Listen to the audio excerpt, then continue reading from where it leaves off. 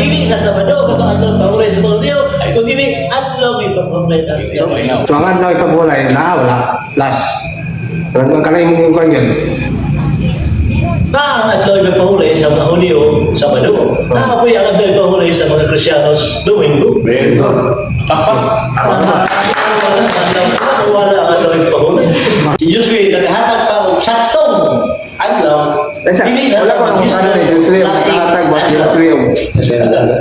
Yung sa man yung pagkasiguro, nga kanang laing adlaw Domingo, nga dili man yung mabasa. Ako lang ang ipasabot nga ang Sabado, sunod ng Sabado, Domingo. Kabasa. Why laing adlaw? Sabado.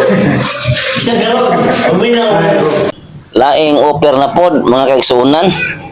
Ang gi-offer sa ako nga tinki na po kuno ihatag sa usa ka SDA member no. O pastor ba na siya o SDA member ba na siya. Nga iyan na po kung gi-offeran og tinki. Kung mabasa ko nako nga ang Domingo mao na ang adlaw nga ipapahulay. Atong mga aging tuig mga kaigsunan, na-scam ko sa ilang mga kauban nga SDA. Na-scam ko. Ni-offer siya og matud pa niya mahatag sa $50 no? $50 og sa multi-cab kung mabasa nako nga ang adlaw Domingo adlaw ipapahulay no? Nga ang adlaw Domingo adlaw ipapahulay o adlaw sa Ginoo. Karon kinabasa man ako sa Biblia, wa man mo sanong sa iyang offer. Na-scam ko sa $50 og isa ka multi-cab. Na-scam ko. Scammer man scammer man sila no. Karon unang-una si Padre Don na pod. Si Padre Don gi-opera po ni Agdol, no? Agdol ba to? Gi-opera og 200k. Na kung mabasa niya sa Biblia nga ang baboy ipakaon na, mohatag siya 200k. Na-scam man si Padre. Ambot ng kaog naghahatag na magkaha, no? Mura wala man siguro makahatag, no? Nga karon ako gi-opera na po og 10k. Ako mabasa ko nako nga ang adlaw Domingo mao kuno ang adlaw nga ipapahulay na mao na kuno ang adlaw ipapahulay dili na po kakong di makakong ma-scam na buda ni pero ang punto mga magsunan ba kana bang inyong buhat ba pero kani inyong bang offer sugal style man no sugal style man ninyo sugal man offer ng kwarta nya gawas nga sugal bakag pag yun sige mo pamakag gawas nga sugal bakag pag yun sige mo pamakag kay sige mo pangiskam sige mo pangiskam dili mo sanong sa inyo ang i-offer no muna nga kaulang mo na yung pastor kaya nga wa makatambag yung pastor ane o pastor baka mo nag-offer na ko kaulang mo na yung pastor oy kano man kanang inyo ang pagpamakag pirmi sala na sige mag-ingon ng mga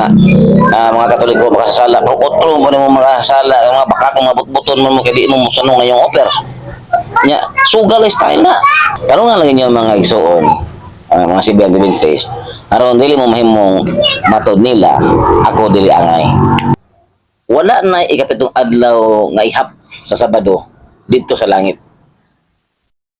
so kuhi sa pamahayag sa itong kaigsuunan nga bisan ko dito sa langit na kuno ang pagsimba sa adlaw nga Sabado. Pabasa-basa ba lang sulatan nga wala na ipag-ihap sa kapitong adlaw nga Sabado dito sa langit. Diha sa Pinadayag Kapitulo 22, versikulo 5, Pinadayag Kapitulo 21, versikulo 23 hangtod sa 25. Puros na lang kahayag, wala na ikangit-ngit. Pasabot, wala na gabi puros na lang adlaw. No, kung saan mo pag-ihap ang ikapitong adlaw nga Sabado, nga puros naman adlaw og wa na may kangit-ngit. Busa kana siya mag-isuna na pamatuod na nga wa na ikapitong ihap sa adlaw sa Sabado dito sa langit. Sumala sa mabasa sa balaang sulatan.